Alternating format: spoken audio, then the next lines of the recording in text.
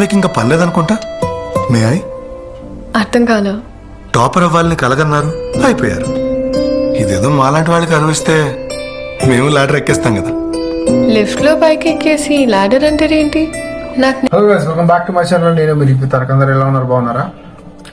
Shri Chaitanya college almost Telangana Andhra Pradesh లో మామూలు hype ఉన్న కాలేజ్ కాదు అది.